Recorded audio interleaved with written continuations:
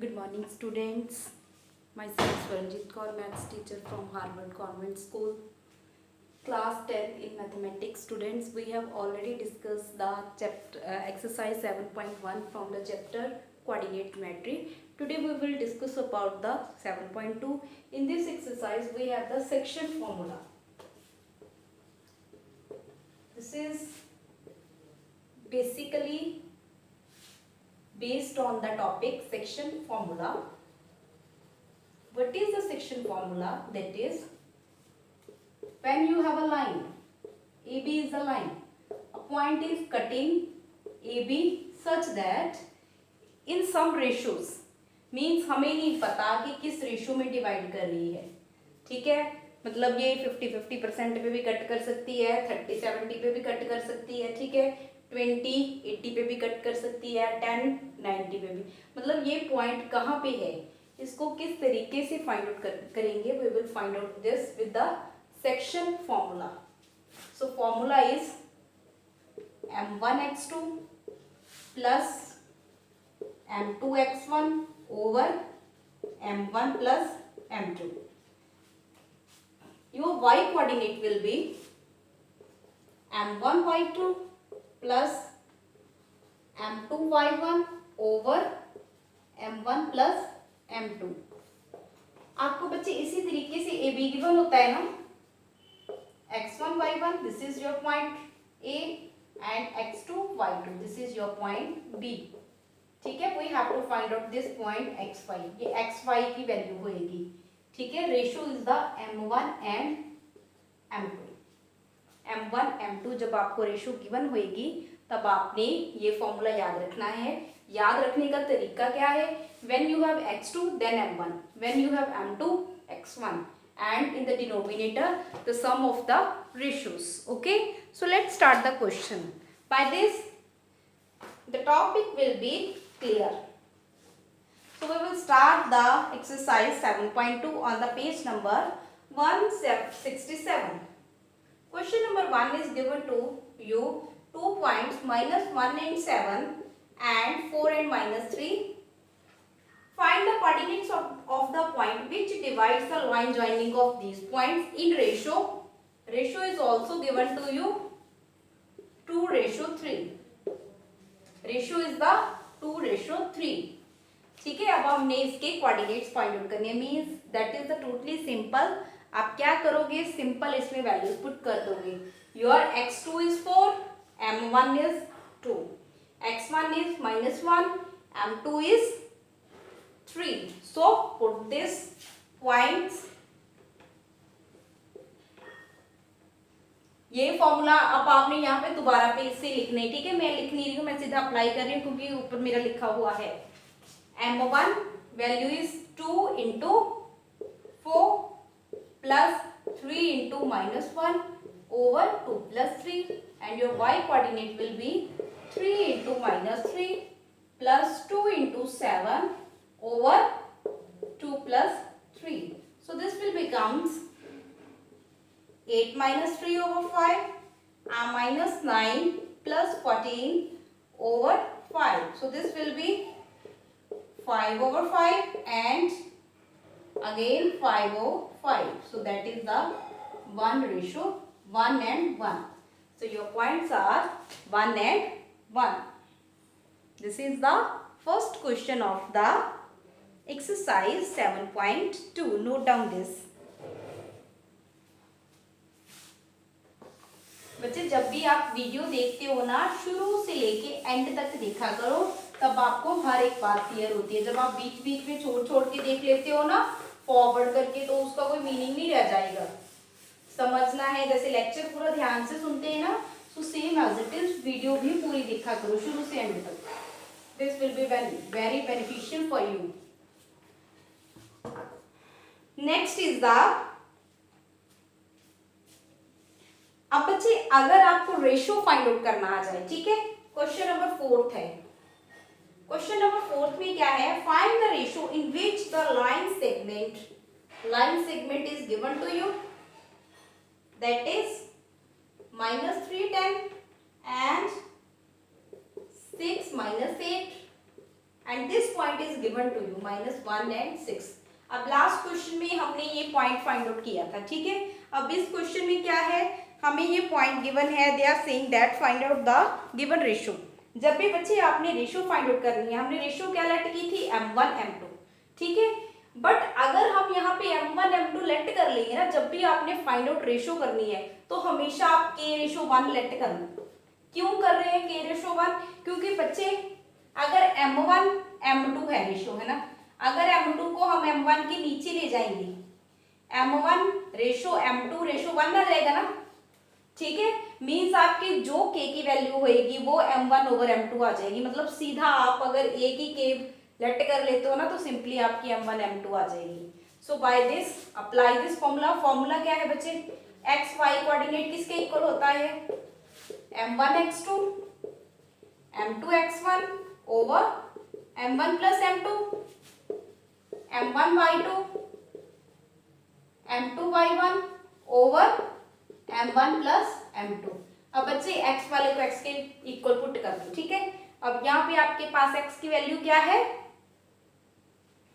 -1। -1 is equals to m1 is k and x2 is 6, then is m2 is 1 and x1 is minus of 3 and here k plus 1। अब k plus 1 को इस side ले जाओ, minus of k plus 1 is equals to 6k minus of 3, so this will becomes minus k minus 1 6k minus of 3। अब बच्चे k वाले को एक साइड ले जाओ, minus k minus of 6k minus 3 plus 1, so minus 7k is equals to minus 2 and k is equals to minus 2 over minus 7, so value of your k is 2 over 7, so that means 2:7 is your answer। m1 की value आपकी क्या है, 2 है और m2 की value आपकी क्या है, 7 है। इसके साथ आपका सेकंड टाइप होगी। फर्स्ट टाइप में हमने क्या किया, m1 और m2 की वैल्यू फाइंड आउट की है, और सेकंड में अगर आपको रेशो गिवन ना गिवन हो, ठीक है, रेशो फाइंड आउट करनी हो तो किस तरीके से करते हैं। बाकी मैं आपको इस सारी एक्सरसाइज का पीडीएफ भी साथ में सेंड कर रही हूँ, वो आप अपनी फेयर नोटबुक पे सॉल्व कर लेना। बट पहले ट्राई किया करो खुद सॉल्व करने की। अगर आप खुद सॉल्व करोगे तो ही बच्चे आपकी प्रैक्टिस हो पाएगी। Next is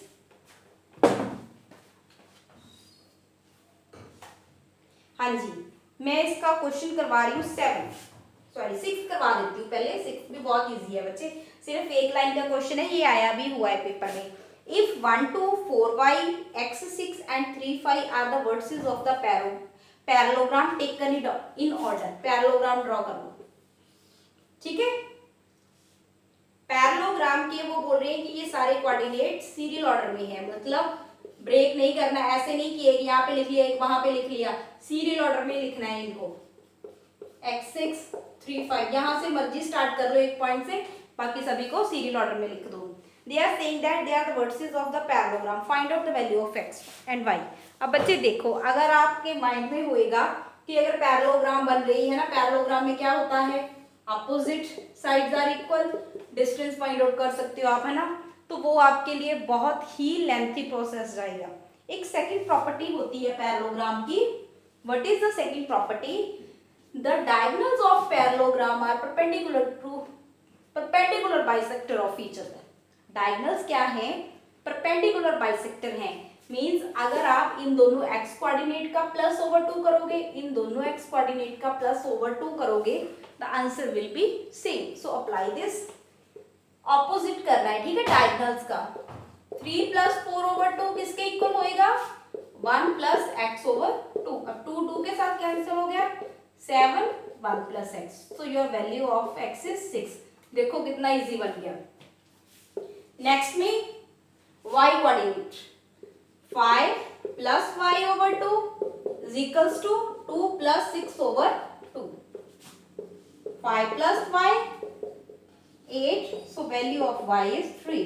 I am repeating again the statement. Why? Because this is the most important sum from the examination point of view in the MCQ. MCQ में आया हुआ है ये कि अगर आपके पास पैरेललोग्राम है, ठीक है, पैरेललोग्राम की प्रॉपर्टीज क्या होती हैं, हम सीधा सोच लेते हैं opposite sides are equal, means यहाँ पे आप एक्सरसाइज 7.1 का फॉर्मूला अप्लाई करोगे और वहां से एक्स वाई की वैल्यू फाइंड आउट करोगे, but this is the very lengthy process, ठीक है।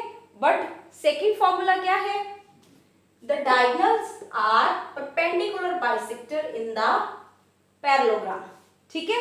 सो मींस इन दोनों का बाइसेक्शन और इन दोनों का bisection will be the same, ठीक है। वहां से x की वैल्यू आ जाएगी same as it is, y coordinate का कर दो, you can find out the value of the y. So now come to the question number 8. Hope so कि आप सभी को समझ आ रहा है, बट अगर फिर भी कहीं पे प्रॉब्लम है एक बार वीडियो को फिर देख लेना, अगर फिर भी प्रॉब्लम आ रही है तो आप कभी भी मुझे कॉल करके पूछ सकते हो। Now come to the last question of this. Last question बच्चे मैं 8 करवा रही हूं आपको, ठीक है। A, B are the 2 points. Given point is -2 -2 and your B is 2 -4 and we have to find out the P. P हमने find out करना है, ठीक है। P है किस तरीके से, they are saying that AP is equals to 3/7 AB. ध्यान से सुनो statement, they are saying that AP is equals to 3/7/4, means अगर ये 3 है टोटल इज 7, ठीक है। क्या है, अगर ये 3 है तो टोटल क्या है 7, total is 7। So that means अगर ये 3 है टोटल 7 है तो ये कितना बन गया 4, मीन्स योर रेशियो इज 3:4। अब तो बिल्कुल सिंपल क्वेश्चन है, the points are x y, formula of x y is m1 is 3, x2 is 2, m2 4, x1 -2 over 3 plus 4, then y coordinate is 3 into -4 plus 4 into -2 over 3 plus 4. So you will got the 6 minus 8 over 7 minus 12 minus 8 over 7. So your answer is -2 over 7 and -20 over 7. ठीक है, means ये तो बिल्कुल पहले जैसा ही था, सिर्फ difference आपको क्या गिवन था, इसमें डिफरेंस में उन्होंने आपको ये 7 टोटल दे दिया था, अगर ये 3 है total is 7, so that's why this will be the 4। Very simple, 3 + 4 ही 7 होएगा ना। इसके साथ बच्चे आपकी 7.2 एक्सरसाइज कंप्लीट होती है। इसका PDF अपनी फेयर नोटबुक पे सॉल्व कर लेना। अगर कोई भी प्रॉब्लम है then you can ask me any time. Thank you and have a nice day.